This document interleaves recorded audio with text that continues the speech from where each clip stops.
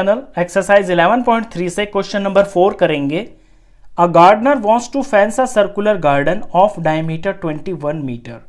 एक गार्डनर एक circular garden को फेंस करना चाहता है, यानी उसकी बाड़ लगाना चाहता है बाउंड्री पे, और उस सर्कुलर गार्डन का डायमीटर दे रखा है 21 meter. Find the length of the rope he needs to purchase if he makes 2 rounds to fence.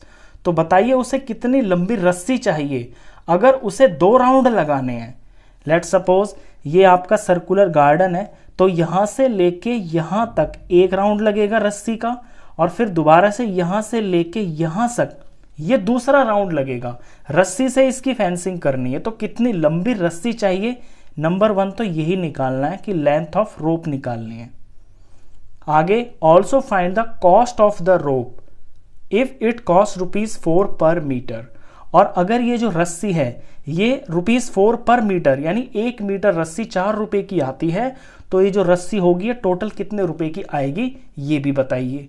Take pi is equal to 22/7, और जहां पाई आएगा वहां 22/7 आपको यूज करना है। चलिए सबसे पहले हमें ये निकालनी है कि अगर ये सर्कुलर गार्डन है और इसकी फेंसिंग करनी है, तो एक बार जब हम ये फेंस करेंगे, फेंस का मतलब है इसके सारी तरफ पूरी की पूरी बाउंड्री पे बाड़ लगानी है, तो एक बारी में कितनी रस्सी लगेगी, वो होगा इसका सरकमफ्रेंस। लेकिन रस्सी 2 बार लगानी है, तो सरकमफ्रेंस को 2 से मल्टीप्लाई कर देंगे तो लेंथ ऑफ रोप आ जाएगी, यानी वो रस्सी की लंबाई आ जाएगी जितनी रस्सी चाहिए।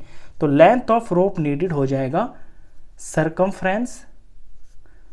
Circumference into 2। सरकमफ्रेंस से तो एक बारी का आएगा लेंथ, क्योंकि 2 चक्कर लगाने हैं तो 2 से मल्टीप्लाई करना पड़ेगा। सरकमफ्रेंस का फॉर्मूला होता है 2πr, और मल्टीप्लाई में यहां हमें 2 भी लेना है, तो 2 का तो 2 हो गया, पाई की जगह 22/7 लेना है। और रेडियस, अब रेडियस पे आते हैं। देखिए यहां क्वेश्चन में डायमीटर दे रखा है आपको, हमारे पास फॉर्मूला में रेडियस होता है, तो हम जानते हैं कि रेडियस जो है वो डायमीटर का हाफ होता है। तो अगर डायमीटर 21 है तो 21 का हाफ कर देंगे तो वो रेडियस हो जाएगा। तो रेडियस की जगह हम 21/2 लिख लेंगे। तो ये लिख लिया मैंने 21/2, और इनटू में ये 2 चल रहा है।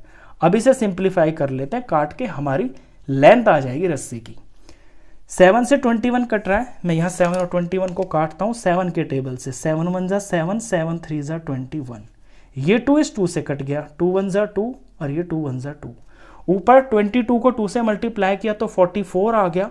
44 को 3 से मल्टीप्लाई कर लेते हैं, 4 3 जा 12 का 2 और ये 1, 4 3 जा 12 और ये 13, 1 3 2, और ये मीटर में है तो मीटर, यानी 2 बार चक्कर काटना है रस्सी से, इसकी फेंसिंग करनी है, तो 132 मीटर लंबी रस्सी चाहिए।